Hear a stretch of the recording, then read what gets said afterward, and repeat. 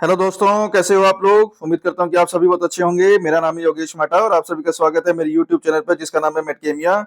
तो मेटकेमिया में हम आज बात करने वाले हैं एक अच्छे टॉपिक पर, एक नए टॉपिक पर। देखिए लिखा हुआ है वाई पीपीआईज यानी कि proton pump inhibitors work better than H2 blockers, यानी कि H2 एंटीहिस्टामाइन से पीपीआईज कैसे बेटर काम करते हैं, क्योंकि दोनों का काम है एसिड के प्रोडक्शन को रोकना। तो पीपीआईज कैसे बेटर है H2 एंटीहिस्टामाइन से, H2 ब्लॉकर से। देखिए हम इस पर्टिकुलर चीज को हम पॉइंट टू पॉइंट समझेंगे।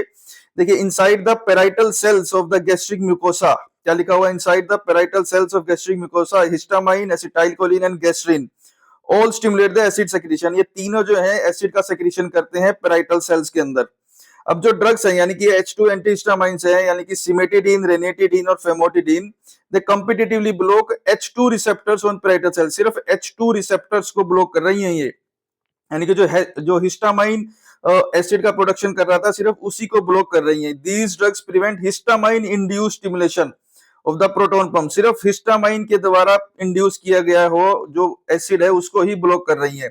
बट द अदर स्टिमुलाई जो गैस्ट्रिन और एसिटाइलकोलिन है, they can still activate acid secretion. उनके द्वारा वहां पे अभी भी एसिड का सेक्रीशन हो रहा है। सो हम कह सकते हैं कि acid suppression is partial and temporary. ये किसके द्वारा है, H2 एंटीहिस्टामाइंस के द्वारा। अब यही हम पीपीआई की बात करें, प्रोटॉन पंप इनहिबिटर, जैसे कि omeprazole, pantoprazole, esomeprazole, lansoprazole, they are the prodrug. पहली बात तो ये प्रोड्रग है। प्रोड्रग का मतलब जो कि खुद इनएक्टिव होती है।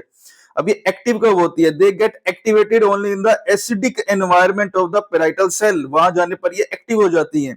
अब जो एक्टिव फॉर्म है, they bind irreversibly to the hydrogen potassium ATPase enzyme, जिसको कि हम बोलते हैं प्रोटॉन पंप। ये वहां जाके एक्टिव फॉर्म में आ जाती है और उस पर जाके बाइंड करती है। Now this completely blocks the final step of acid secretion. ये उसको पूरी तरह से ब्लॉक करती है। इसको हटा के देखिए, regardless of what stimulus triggered it, मतलब इसको अगर एसिटाइलकोलिन ने ट्रिगर किया है तो भी ब्लॉक करेंगी, हिस्टामाइन ने किया तो भी ब्लॉक करेंगी, और अगर गैस्ट्रिन के द्वारा वहां पे एसिड सेक्रीशन हो रहा है तो भी वो ब्लॉक करेंगी। तो कहने का मतलब तीनों के द्वारा जो एसिड सेक्रीशन हो रहा है तो वो उन तीनों को ब्लॉक कर देती है। वहां पे एसिड का सेक्रीशन पूरी तरह से रुक जाता है पीपीआई के केस में। इसलिए हम कह सकते हैं जो पीपीआईज हैं, they provide stronger and longer lasting acid suppression.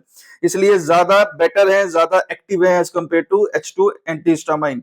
तो उम्मीद है आपको ये पॉइंट जो है यहाँ पर अच्छे से क्लियर हुआ होगा।